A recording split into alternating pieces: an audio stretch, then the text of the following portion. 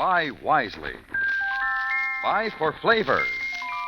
Buy Del Monte. Del Monte, the brand you trust for flavor in so many good foods.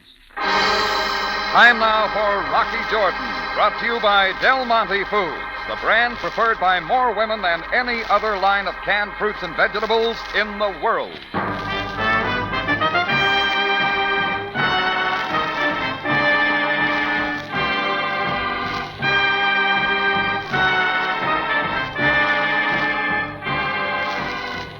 Not far from the Mosque Sultan Hassan in Cairo stands the Cafe Tambourine, run by Rocky Jordan. The Cafe Tambourine, crowded with forgotten men, alive with the babble of many languages. For this is Cairo, where modern adventure and intrigue unfold against the backdrop of antiquity. Del Monte presents Rocky Jordan and this week's story, The Diorite Bowl.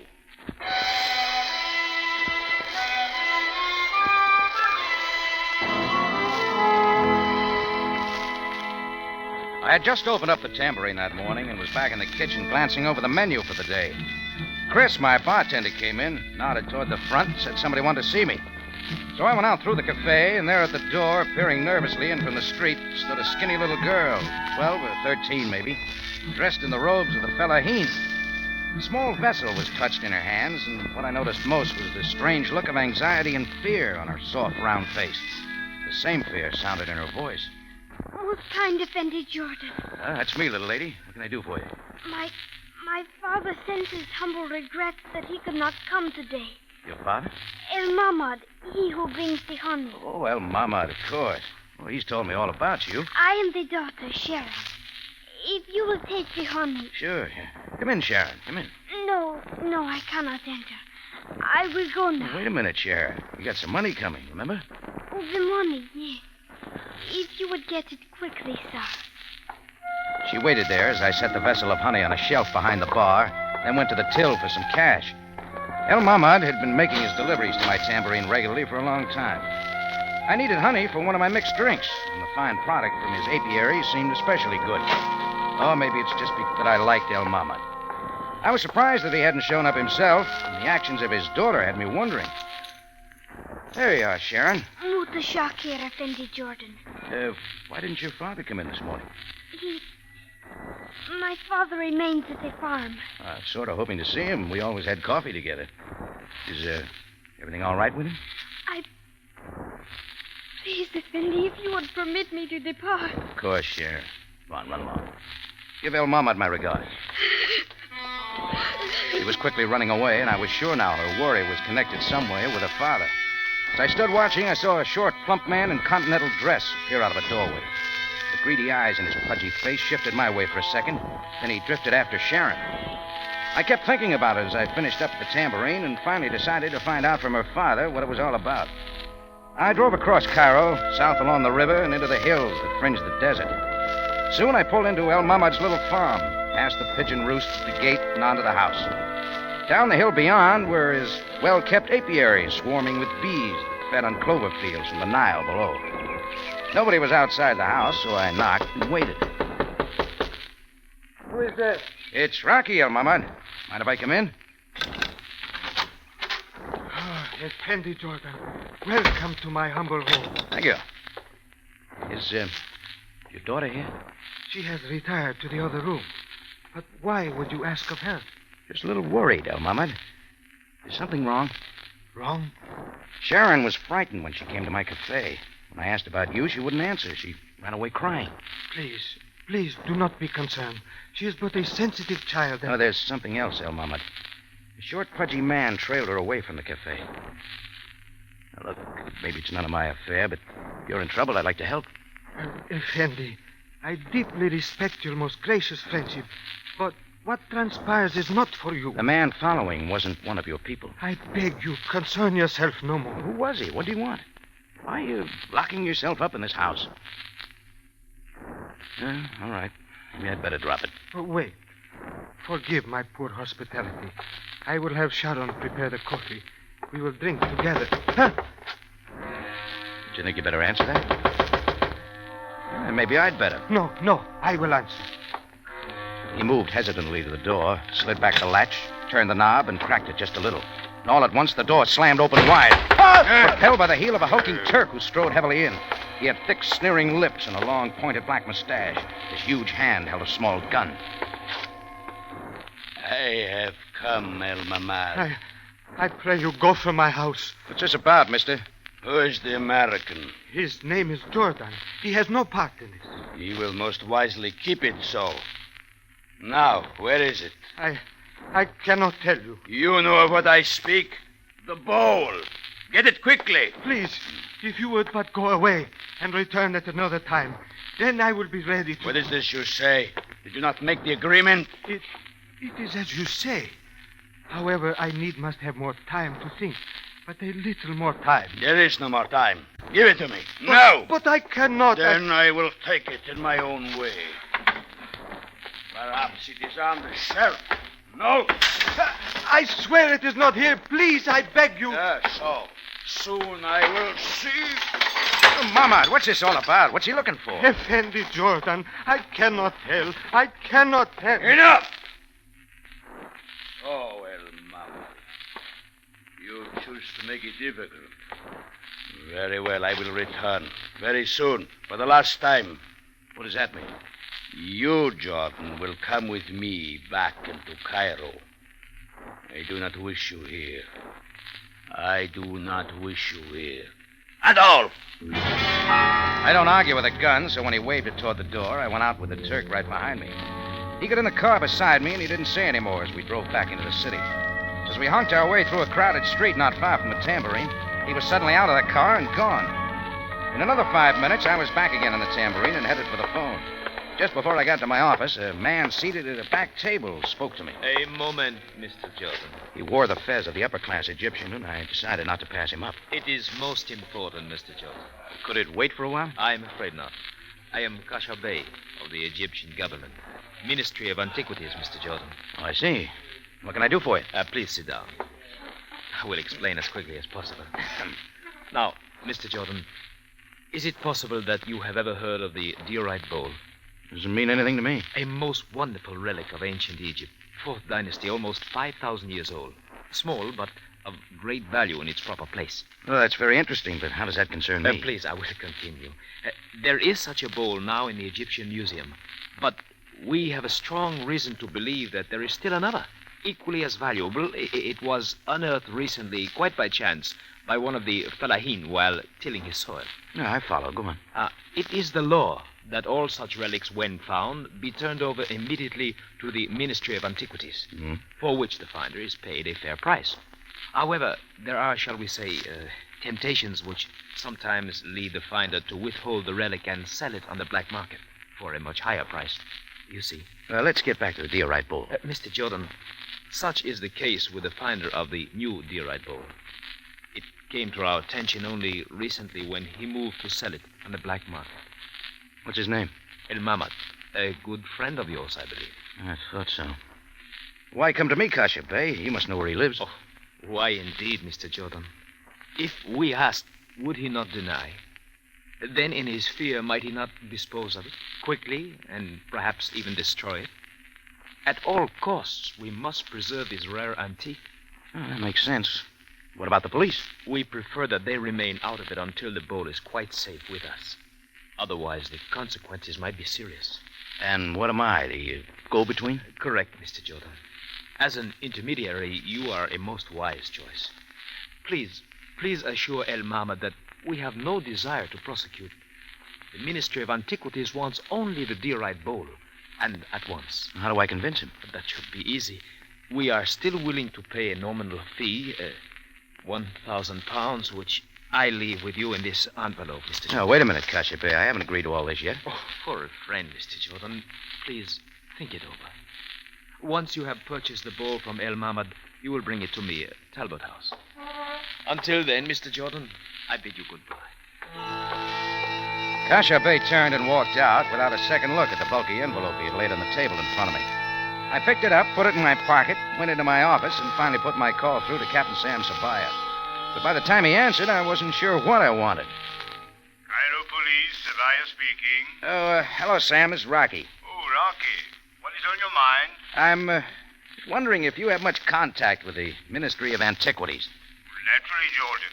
In a nation such as Egypt, it is the most important branch of the government. We work very closely with them. Mm-hmm. Any trouble with the black market in antiques?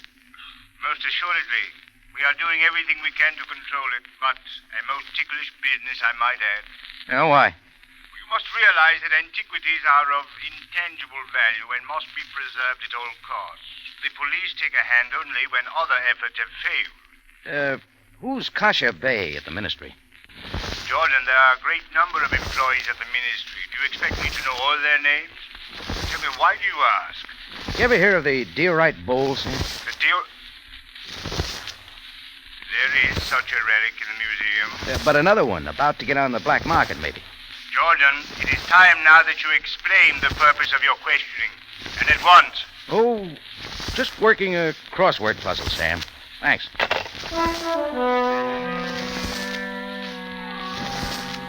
Well, so far, Kasha Bey's story checked. And the place to get the rest of it was from El Mahmoud himself, out at his apiary. So I kept the money in my pocket and went out the back door to go for my car.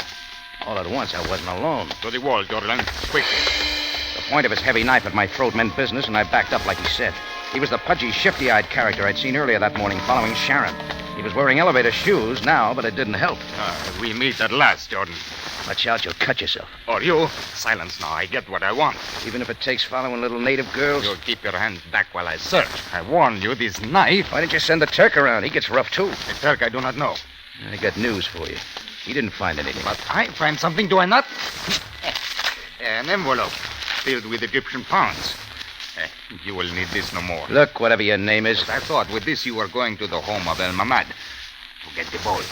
Oh, was I? I do not like it. Tell me some more. I do not like you, Jordan. I tell you to keep out of this. I tell you to return to your cafe. And you keep the money. I do.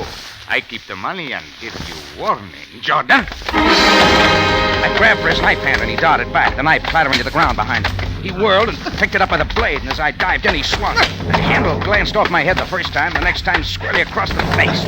My knees hit the dirt and he spun again. Then I clawed at the cobwebs, waiting for the knife, but the blackness got there first. Del Monte Foods is presenting tonight's adventure with Rocky Jordan.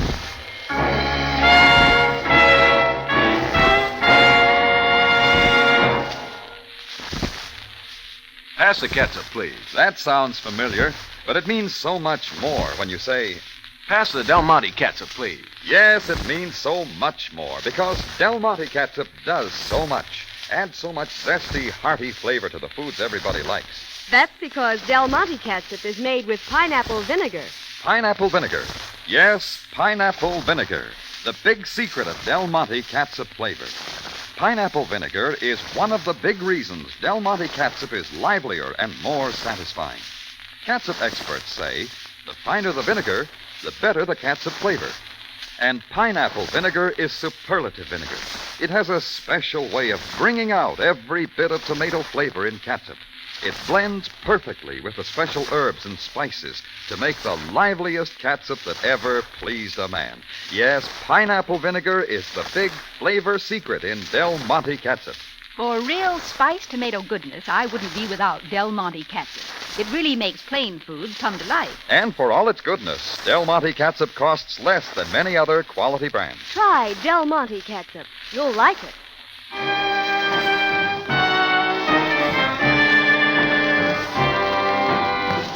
And now we take you back to Cairo and tonight's Rocky Jordan story, The Diorite Bowl.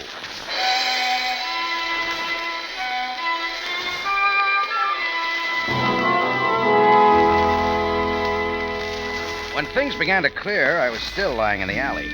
My first thought was for the 1,000 pounds Kasha Bey had given me. As I reached for my inside pocket, I remembered it was gone. So was the pudgy man with a knife. It was somebody else bending over me. Cindy Jordan. Sharon, how did you get here? My father and I came most urgently to see you. Oh, it's about time. Where is he? But your face is Cindy. You have been hurt. Get your father, Sharon. My father! It is the Jordan Bey. Come quickly. He has been waiting in the street. Oh, my good Effendi Jordan, what have they done to you? Forget about me, El Mahmoud. I want to know some things. about a diorite bowl. Then you have already learned. That's right. You're in trouble, El Mahmoud. I know. That is why my daughter and I decided to come and accept your offer of help. What I would tell you brings me only shame. Now, go on.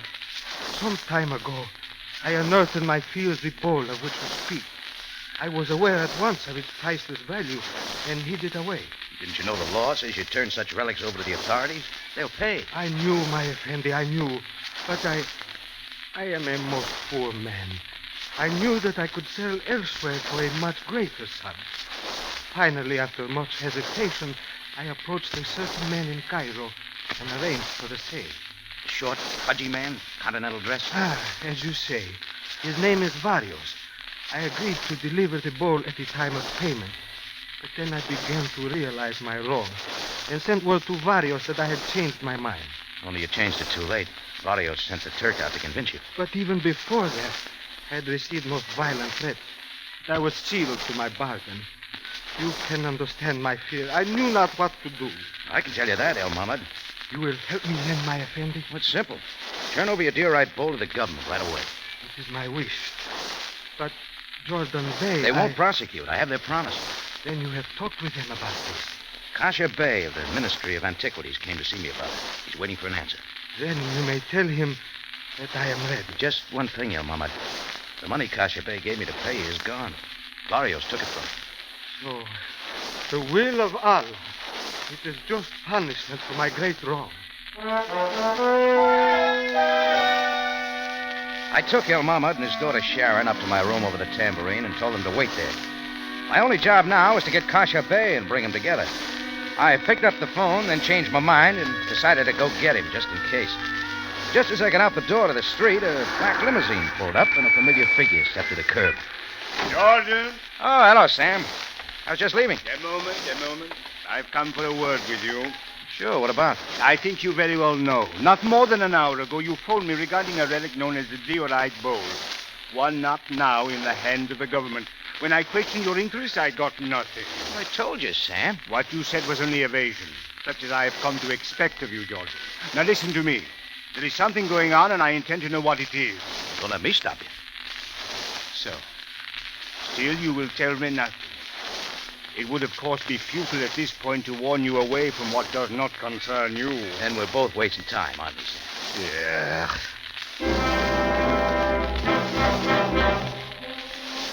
Sam got back into his car and drove away, and I headed for the Talbot house. I wasn't more than 2 blocks on my way when I noticed Varios, the guy who had cuffed me around in the alley, following behind. I decided to shake him.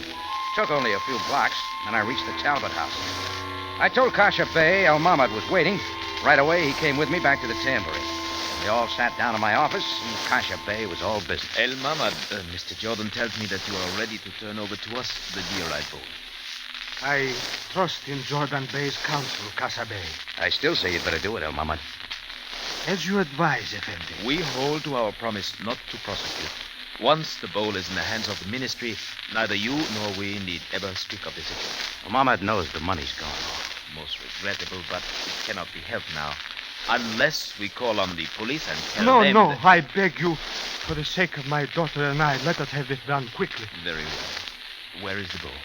I hid it well, where none would suspect. My father speaks truly, Kasha Bey.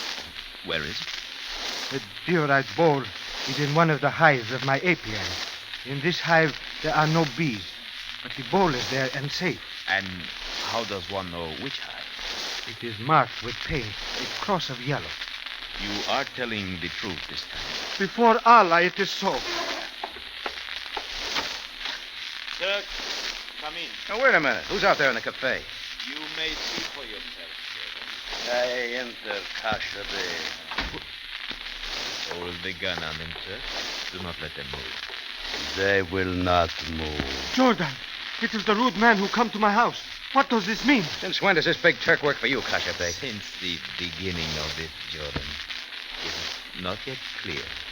Yeah. For one thing, you're not with the Ministry of Antiquities at all. But, my Effendi, did you not tell me that... Sure, El Mahmoud, I told you. Looks like I sold you a phony bill of goods. Most conveniently for me, Jordan.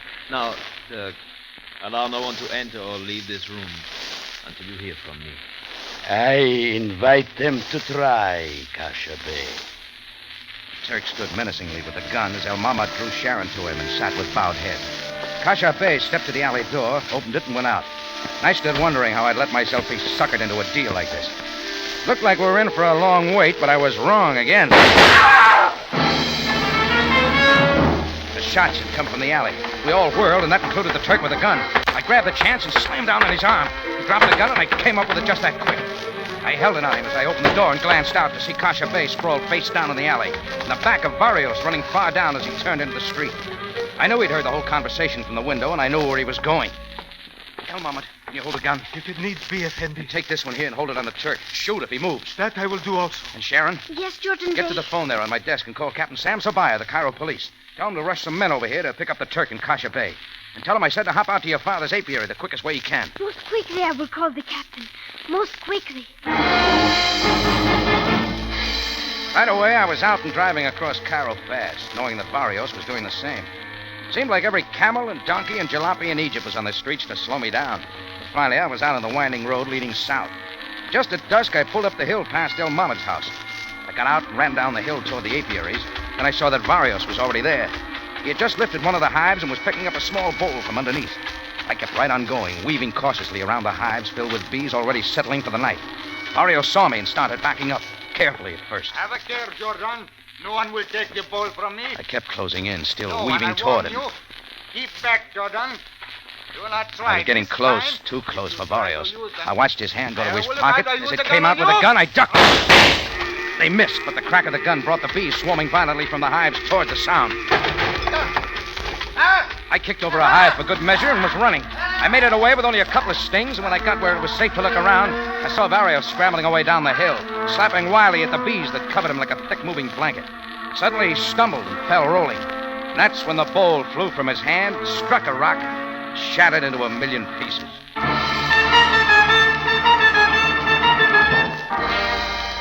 In just a moment, Rocky Jordan returns to conclude tonight's story.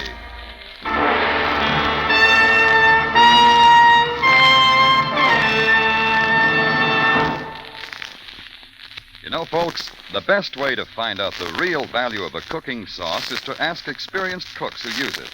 You see, there's a mighty good reason why Del Monte tomato sauce has been a favorite with good cooks for a whole generation.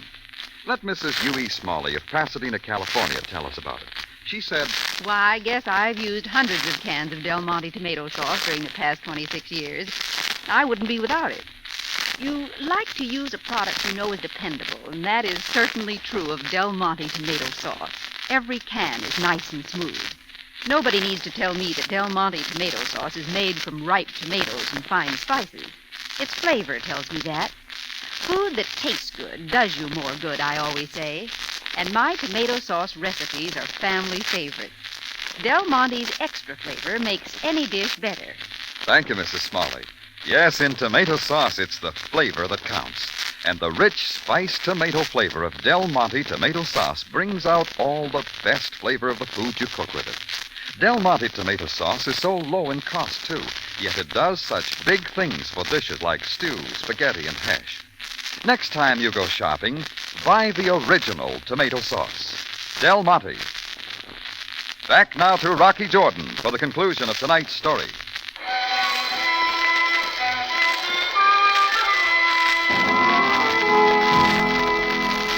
Well, Sam Sabaaya and his men showed up a couple of minutes later. We grabbed some head nets and got down the hill to Barrios. By the time we'd managed to scrape all the bees off of him, he was unconscious. The puffy little man was in a bad way as we took him back into town, into a hospital. From there, Sam and I hurried on to the Tambourine. The police had already come and gone, taking the Turk and the body of Kasha Bey with them. But El Mahmoud and his daughter were still there, anxiously waiting. It didn't take long to tell them everything that had happened. And so, one of the most valuable relics of Egypt is gone. For all this, there is not... My father! Quiet, Sharon, my daughter. There is nothing to be said. El Mahmoud, although certain of your actions since finding the bowl cannot be condoned, you can hardly be held to be blamed for its final destruction. Oh, it is gone because of my own greed. But please, my father... Sharon, it is not well that you speak before the men. There are so many who can be blamed. Is that not so, Jordan? Sure, Sam. I neglected to make one little phone call. The Ministry of Antiquities about Kasha Bay. Trouble was, his story checked too well. Needless to say, the Bey was not with the ministry, but he knew much of their methods of operation. As for Varios... Yeah, it's pretty clear, Sam. El Mahmoud made a deal with Varios to sell the bull, and very wisely changed his mind. But Varios wasn't to be stopped and started making big threats, trying to get Mahmoud to reveal where the bull was hidden. And somewhere Kasha Bey stepped into the picture. Yeah, he heard about the Diorite bull and wanted it too. I figure he sent the Turk out to Mahmoud's house just for my benefit. How so, Jordan? Well, once I knew that El Mahmoud was in real danger, it was a cinch I'd do everything possible to help.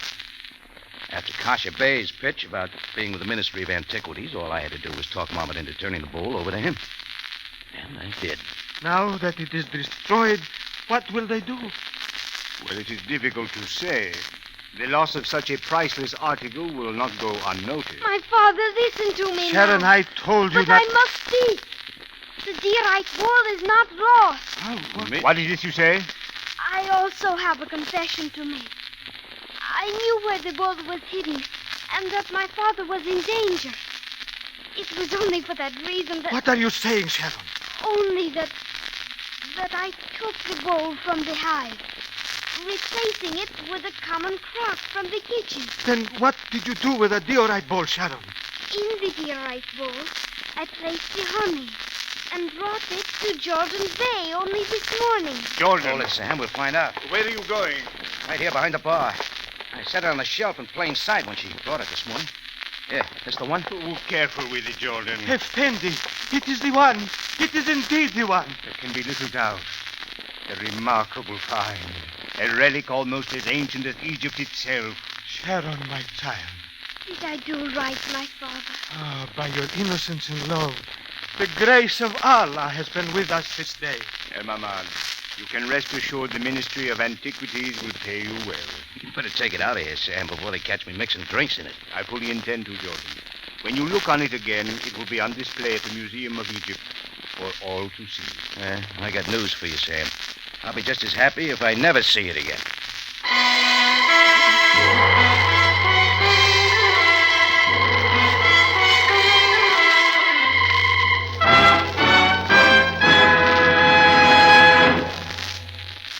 For the finest in tomato flavor, enjoy the whole family of Del Monte tomato products. Del Monte catsup and chili sauce, Del Monte tomato sauce and canned tomatoes. and Del Monte tomato juice. Remember, buy wisely. Buy for flavor. Buy Del Monte. Del Monte, the brand you trust for flavor in so many good foods.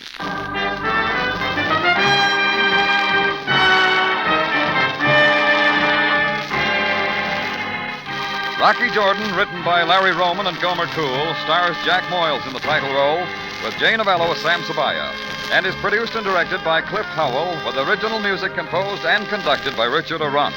Remember, you have a date next week at the Cafe Tambourine, run by Rocky Jordan. Same time, same station. And the story is The DeMarco Affair.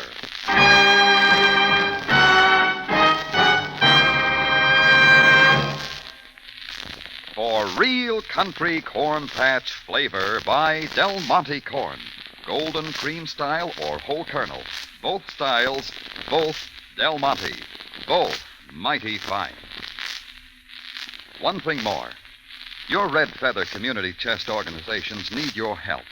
Give generously during this campaign. Remember, everybody benefits when everybody gives.